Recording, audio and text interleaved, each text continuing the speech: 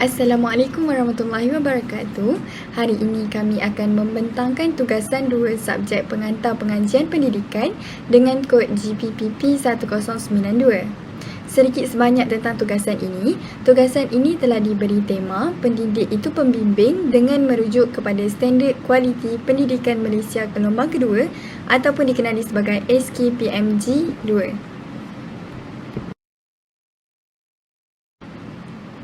Sebelum saya memulakan pembentangan pada kali ini, ingin saya memperkenalkan diri saya terlebih dahulu. Saya Nur Kistina Batrisha binti Roslan sebagai pembentang pertama, Nurul Atilah binti Azhar sebagai pembentang kedua dan Alia Kistina binti Muhammad Bazdi sebagai pembentang ketiga. Jadi pertama sekali, pengenalan. Satu instrumen penilaian telah pun diperkenalkan bagi menjadi panduan kepada guru-guru dan pemimpin sekolah untuk mengurus operasi ke arah yang lebih berkualiti. Standard Kualiti Pendidikan yang dikenali sebagai Standard Kualiti Pendidikan Malaysia (SKPM) telah pun diperkenalkan pada tahun 2010. Semasa tahun 2010, SKPM ini diperkenalkan dengan tujuan untuk menaik taraf sistem pendidikan negara untuk menjadi lebih efisien. Standard ini dilaksanakan secara meluas di sekolah-sekolah. Seterusnya, Jemaah Nazir dan Jaminan Kualiti Kementerian Pendidikan Malaysia telah menggubal SKPM 2010 bagi menjamin taraf pengurusan dan pengajaran yang memuaskan dapat diwujudkan dan dikekalkan di institusi pendidikan. Dalam penilaian sekolah berdasarkan SKPM 2010, prestasi sekolah dinilai mengikut 5 standard yang telah ditetapkan. Selain itu, instrumen ini turut digunakan oleh Jemaah Nazir dan Jaminan Kualiti (JNK) dalam melaksanakan penaziran, iaitu menjalankan pemeriksaan atau pemantauan institusi-institusi pendidikan serta dapat memberikan nasihat dan bimbingan, manakala pihak sekolah pula menggunakannya dalam penarafan kendiri sekolah (PKS). Seterusnya, bahagian Kementerian Pendidikan Malaysia (KPM), Jabatan Pendidikan Negeri (JPN) dan Pejabat Pendidikan Daerah (PPD) turut menggunakan instrumen ini dalam melaksanakan pemantauan dan penyeliaan. Seterusnya, 5 standard SKPM 2010. Standard pertama, kepimpinan dan hala tuju.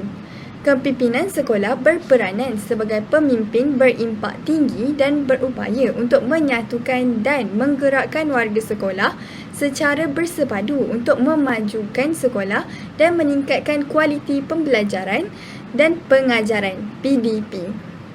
Hal ini akan menyebabkan sistem pengurusan sekolah menjadi lebih cekap dan seterusnya dapat memacu sekolah ke arah kecemerlangan. Seterusnya, standard kedua, pengurusan organisasi. Organisasi sekolah diuruskan dengan mengambil kira potensi dan keperluan staf, kemudahan sumber dalaman dan memanfaatkan sumber luaran supaya sekolah dapat berfungsi dengan cekap dan berkesan. Setiap keperluan yang penting bagi menguruskan sesebuah organisasi hendaklah diambil berat agar pelaksanaan sesebuah organisasi itu dapat berjalan dengan lancar tanpa sebarang masalah. Seterusnya, standard ketiga, pengurusan kurikulum, ko-kurikulum dan sukan dan hal ehwal murid. Bidang kurikulum, ko-kurikulum dan sukan dan hal ehwal murid diurus dengan cekap dan berkesan bagi memastikan sekolah berfungsi sebagai institusi pembelajaran dalam melahirkan murid yang seimbang dari segi intelek, rohani, emosi dan jasmani. Kesannya, murid-murid cemerlang yang dilahirkan ini dapat menyumbang bakti kepada negara dalam apa jua bentuk pada masa akan datang.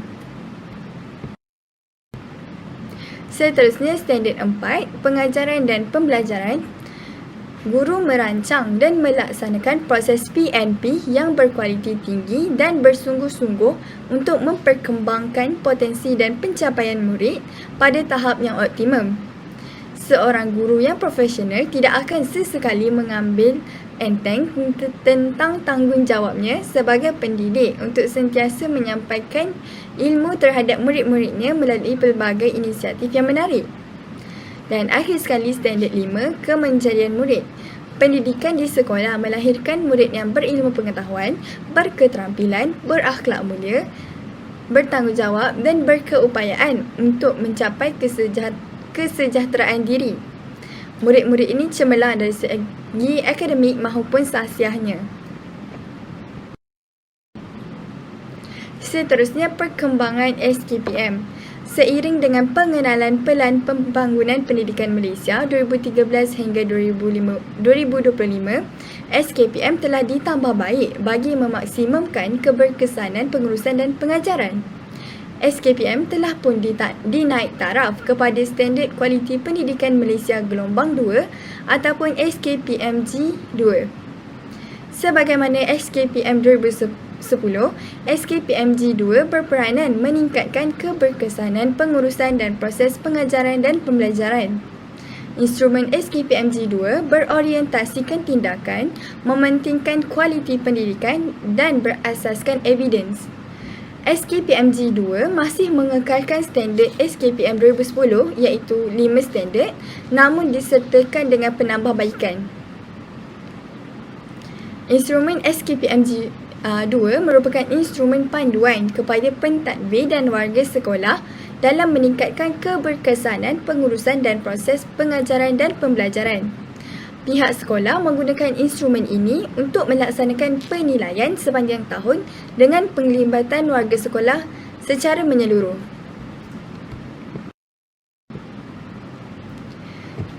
Seterusnya, 5 standard SKPMG 2.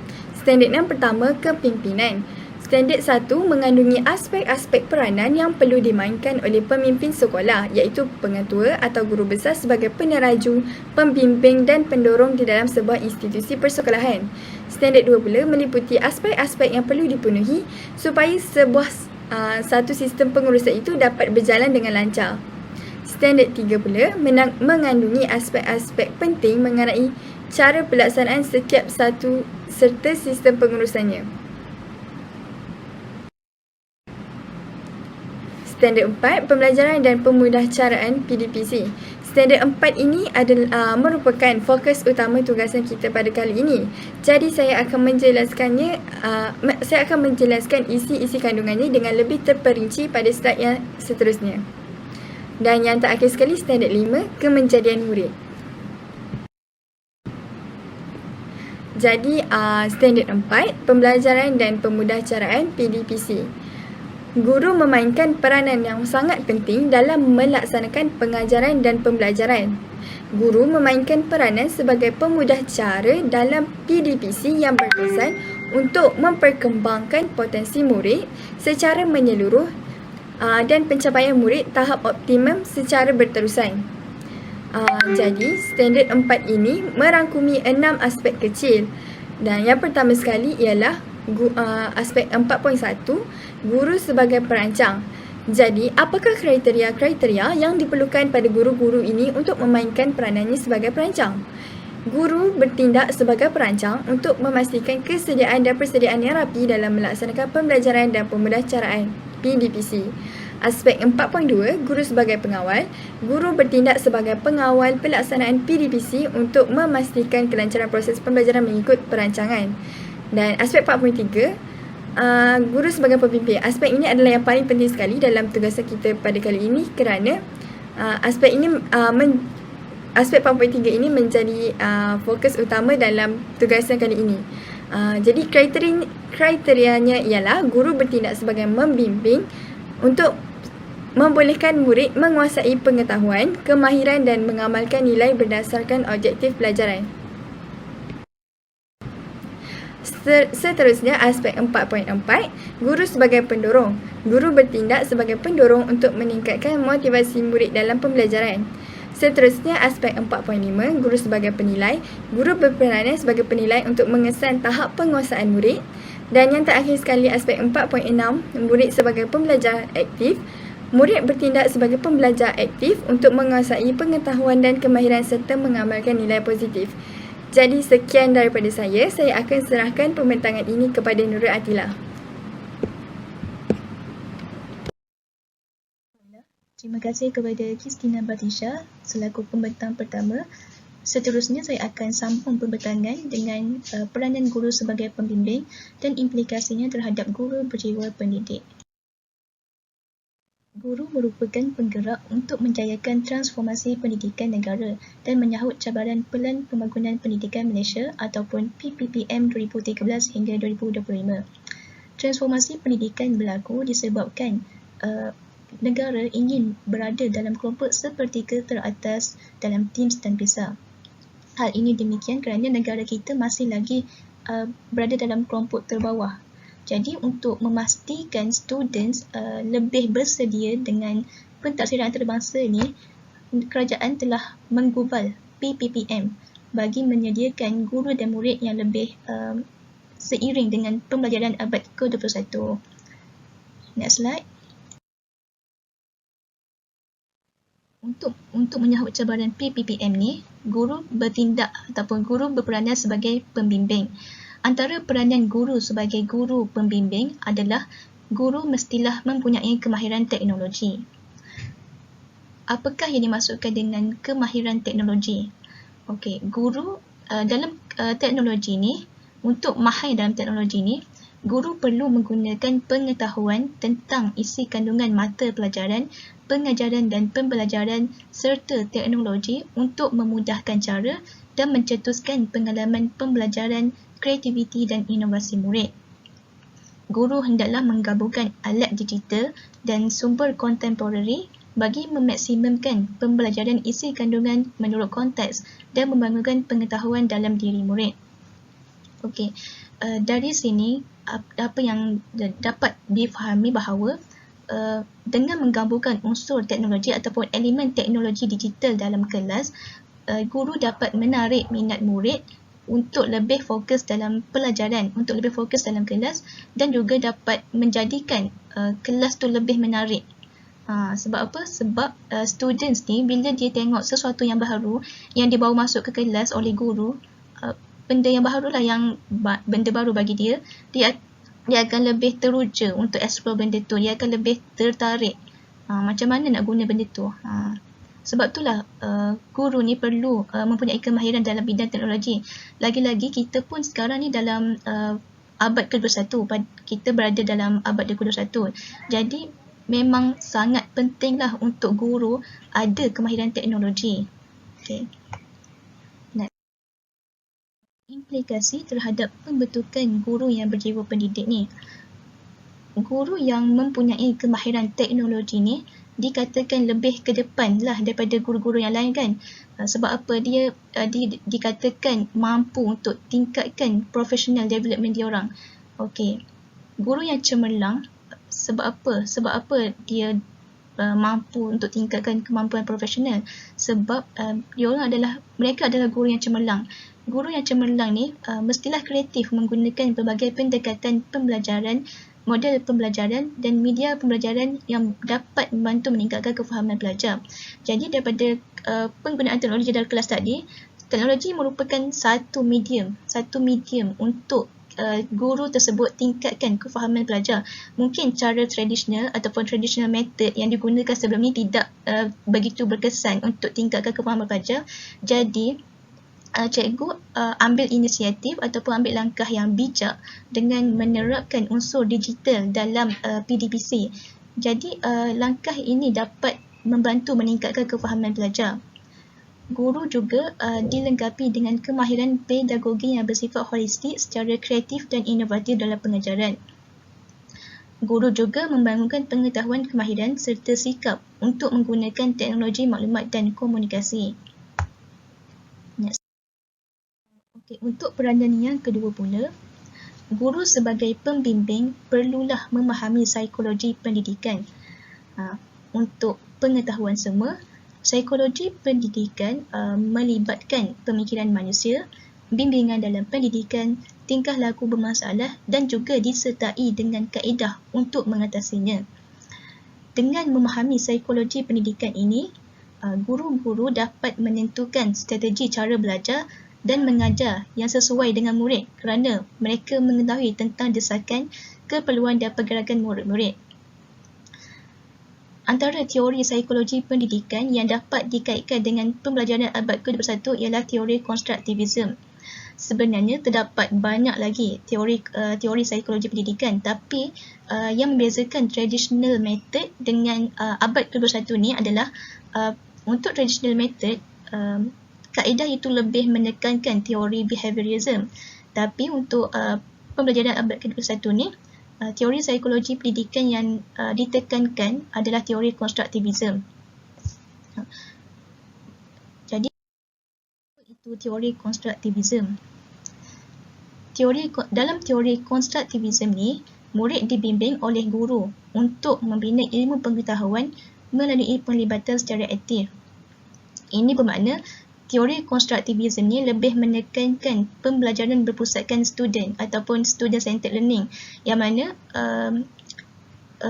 guru hanya bertindak sebagai facilitator.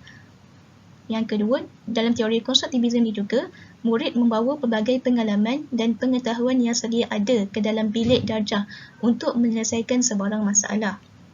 Dalam student-centered learning, student bertindak sebagai problem solver. Bukan guru yang bertindak sebagai problem solver, tapi student yang bertindak sebagai problem solver. Guru tidak boleh menyelesaikan masalah student dengan cara yang mudah, tapi guru boleh bimbing dia orang untuk selesaikan masalah tersebut. Dengan macam mana? Cikgu boleh gunakan kemahiran inquiry sebagai contoh. Ajukan persoalan untuk rangsang pemikiran dia orang untuk selesaikan masalah yang murid hadapi. Antara tokoh yang menyumbang teori konstruktivisme adalah John Dewey, Jean Piaget dan Jerome Bernard. Next slide. Apabila guru tersebut memahami psikologi pendidikan, guru tersebut dikatakan mampu untuk membentuk modal insan yang seimbang dan harmonis. Ini kerana psikologi pendidikan melibatkan kajian terhadap tingkah laku murid, yang mana guru boleh menentukan strategi belajar ataupun strategi mengajar bersesuaian dengan tingkah laku murid tersebut.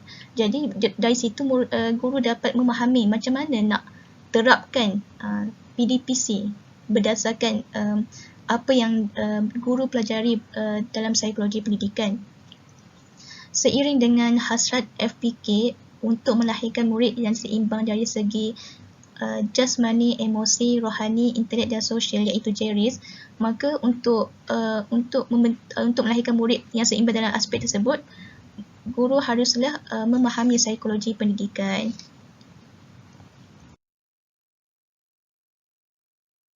Peranan guru sebagai pembimbing yang ketiga adalah dengan mempelbagaikan strategi PDPC.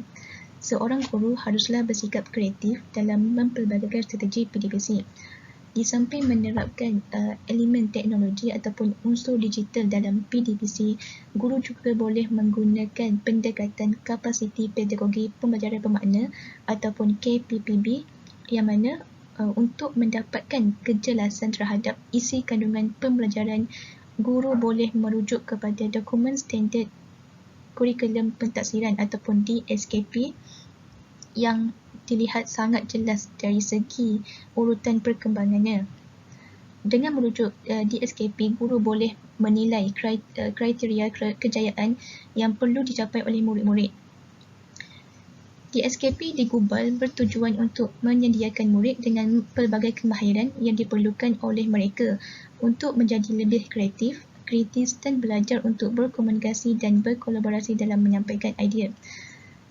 Dalam 6 aspirasi murid juga terkandung 3 elemen yang melibatkan kemahiran, iaitu kemahiran berfikir, kemahiran memimpin dan kemahiran dua bahasa. Jadi dapatlah dilihat bahawa dengan mempelbagaikan strategi PDPC, guru dapat melahirkan murid yang lebih bersiap sedia dengan pelbagai kemahiran untuk diterapkan pada masa akan datang. Apabila pelbagai strategi PDPC dilaksanakan, pengajaran dan pembelajaran yang sistematik boleh dilaksanakan. Hal ini kerana guru melengkapkan diri dengan ciri-ciri pendidik profesional dengan meningkatkan ilmu pengetahuan dan kemahiran. Guru berkeupayaan merancang dan melaksanakan proses pengajaran dan pembelajaran serta memastikan pencapaian matlamat dan objektif yang ditetapkan.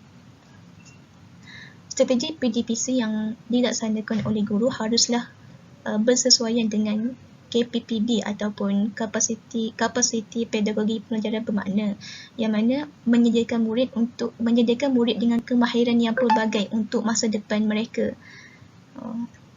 Jadi kemahiran pembelajaran sepanjang hayat dapat juga diterapkan dalam diri murid. Itu sahaja daripada saya. Saya akan sambungkan pembentangan ini kepada Alia Kristina. Assalamualaikum warahmatullahi wabarakatuh. Nama saya Alia Kristina binti Muhammad Wazli dan saya merupakan pembentang ketiga untuk pembentangan kali ini. Saya akan meneruskan tentang peranan guru sebagai pembimbing dan implikasi aspirasi dan hala tuju pendidikan terhadap guru yang berjiwa pendidik. Peranan keempat adalah guru harus membantu murid dalam proses pengajaran dan pembelajaran.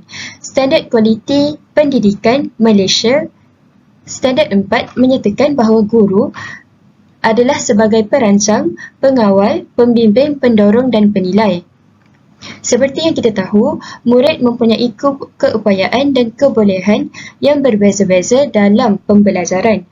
Oleh itu, murid haruslah dibimbing dan tidak harus dibiarkan terumbang-ambing kerana ia boleh menyebabkan mereka berasa berputus asa dan kurang bermotivasi untuk belajar. Oleh itu, guru haruslah bertanggungjawab untuk memberi bimbingan dan tunjuk ajar supaya murid yang menghadapi masalah dapat menyelesaikan masalah. Guru juga boleh membantu murid dalam proses pembelajaran dengan menyokong mereka untuk mengaplikasikan pemikiran kreatif, inovatif dan kritis melalui pendekatan pembelajaran abad ke-21. Seperti guru boleh mengamalkan pendekatan pembelajaran konstruktivisme di dalam kelas. Selain itu, sebagai pembimbing ataupun fasilitator, guru juga boleh menggalakkan penyertaan pelajar melalui pelbagai aktiviti yang dijalankan di dalam kelas. Selain itu, guru juga boleh menggalakkan kerjasama dan persefahaman melalui aktiviti tersebut dan guru juga boleh memupuk sikap tanggungjawab di kalangan pelajar. Guru berperanan sebagai pembimbing iaitu dengan membantu murid dalam proses pembelajaran. Oleh itu, apabila guru bertindak sebagai pembimbing, aspek standard keempat iaitu guru sebagai pemudah caraan tercapai. Misalnya, murid mampu menjadi pembelajar aktif dan berkeupayaan untuk menguasai pengetahuan dan kemahiran serta mengamalkan nilai yang positif di dalam hidup. Implikasi guru sebagai pembimbing terhadap pembentukan guru yang berjiwa pendidik adalah membentuk guru yang seimbang dan menjadi suri teladan kepada pelajar. Seperti yang kita tahu, sahsiah guru yang cemerlang dan terbilang akan diikuti oleh para pelajar. Oleh itu, guru haruslah menunjukkan sahsiah yang baik dan mampu menerapkan nilai-nilai murni dan pelbagai kemahiran abad ke-21 kepada pelajar. Selain itu, guru juga haruslah memperkembangkan pelbagai potensi dan pencapaian dalam diri murid. Peranan guru sebagai pembimbing yang seterusnya adalah guru harus mewujudkan persekitaran pembelajaran yang kondusif dan selesa di dalam kelas. Berdasarkan kajian, murid yang belajar dalam persekitaran yang kondusif membolehkan mereka memahami apa yang diajar oleh guru dengan lebih baik. Guru haruslah mengaplikasikan sikap keterbukaan untuk mewujudkan persekitaran pembelajaran yang kondusif dengan menggunakan pendekatan pembelajaran abad ke-21. Contohnya, guru boleh mengaplikasikan kemahiran inquiry di dalam kelas. Guru boleh bertanyakan soalan yang bersifat terbuka dan menerima jawapan pelajar. Seterusnya, kesannya, murid juga akan lebih berani untuk bersuara di dalam kelas dan memberikan pelbagai pendapat kerana guru bersikap terbuka. Oleh itu, penglibatan murid dalam kelas juga menjadi lebih aktif. Implikasi apabila guru mewujudkan suasana yang kondusif dan selesa di dalam kelas terhadap pembentukan guru yang berjiwa pendidik adalah ia mampu membentuk guru yang mempunyai wawasan yang tinggi.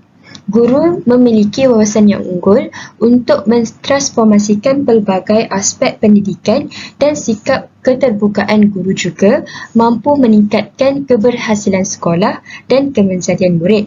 Contohnya, apabila guru bersikap terbuka di dalam kelas seperti menerima pelbagai pandangan dan idea daripada pelajar, mampu membentuk pelajar yang seimbang dari segi jasmani, emosi, rohani dan intelek. Selain itu, hala tuju dan aspirasi pendidikan juga mampu mendorong guru untuk mencapai standard tahap global supaya ilmu dan kemahiran murid sejajar dengan hasrat PPPM. Peranan guru sebagai pembimbing yang terakhir adalah guru haruslah memberi arahan yang jelas dan mudah difahami kepada murid. Seperti yang kita tahu, pembelajaran abad yang ke-21 memerlukan penglibatan murid secara aktif di dalam kelas. Oleh itu, guru haruslah memberikan arahan yang jelas mengenai apa yang perlu dibuat oleh murid. Misalnya, guru yang menggunakan kaedah project based learning di dalam kelas haruslah menjelaskan mengenai apa yang perlu dilakukan oleh murid tersebut dan bagaimana hendak mempersembahkan setiap tugasan. Kesannya, murid mampu menyiapkan tugasan dengan sempurna apabila mendapat arahan yang jelas dan mudah difahami oleh guru. Implikasi guru sebagai pembimbing iaitu apabila guru memberikan arahan yang jelas kepada murid terhadap pembentukan guru yang berjiwa pendidik adalah ia mampu melahirkan modal insan guru yang mempunyai ciri-ciri kepimpinan dan boleh menyumbang kepada negara. Contohnya, guru yang cemerlang mampu mengaplikasikan pelbagai pendekatan pembelajaran abad ke-21 yang sesuai kepada pelajar yang mampu melahirkan murid yang seimbang sesuai dengan hasrat KPM. Kesannya, murid mampu bersaing di peringkat global dan mempunyai pelbagai kemahiran yang dituntut pada abad ke-21. Akhir sekali, implikasi terhadap pembentukan jiwa pendidik adalah mampu membentuk ciri-ciri guru yang cemerlang sepanjang perkhidmatan. Contohnya, guru yang berdedikasi dan seumpamanya. Itu sahaja pembentangan kami pada kali ini. Sekian, terima kasih.